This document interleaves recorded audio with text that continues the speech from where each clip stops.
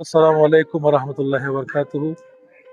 সম্মানিত দর্শকবৃন্দ, আমরা এসেছি মাকবারাত আব্দুল্লাহ বিন আব্বাস রাদিয়াল্লাহু তাআলা আনহু, যেটাকে বলা হযরতে আব্দুল্লাহ ইবনে আব্বাস ইবনে আব্দুল মুত্তালিব রাদিয়াল্লাহু তাআলা আনহু এর মাজার তায়েফ শহরের মধ্যে অবস্থিত।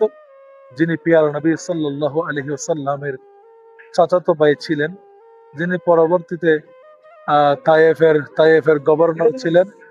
তায়েফের গভর্নর ছিলেন।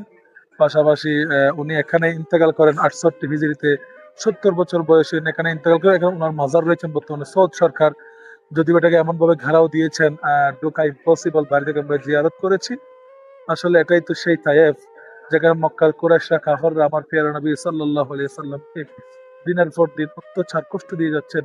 আল্লাহর প্রিয় নবী যায়েদ বিন হারেসকে নিয়ে অনেক কষ্ট করে এই তায়েফের জমিনে এসেছিলেন, কারণ শৈশব এখানে কেটেছেন, ৬টা বছর এখানে কেটেছেন।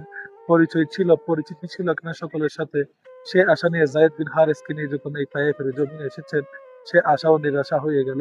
২১ দিন পর্যন্ত তায়েফের গেটে আমার নবীকে দাঁড় করিয়ে রেখেছেন এই তায়েফবাসী।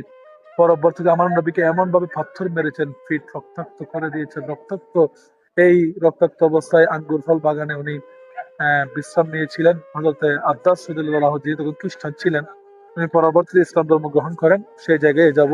তো এখন আমরা আব্দুল্লাহ ইবনে আব্বাস রাদিয়াল্লাহু আনহু এর মাজারের মধ্যে উপস্থিত হয়েছি। দোয়া করেছি দেশবাসীর জন্য, সকলের জন্য, আল্লাহ যেন সকলকে এই মনজার, এই বরকতময় স্থানে আসার তৌফিক দান করুক, দেখার তৌফিক দান করুক। সকলকে আল্লাহ সুস্থ জিন্দগি নসিব করে এখানে আসার তৌফিক দান করুক। আসসালামু আলাইকুম ওয়া রাহমাতুল্লাহি ওয়া বারাকাতুহু।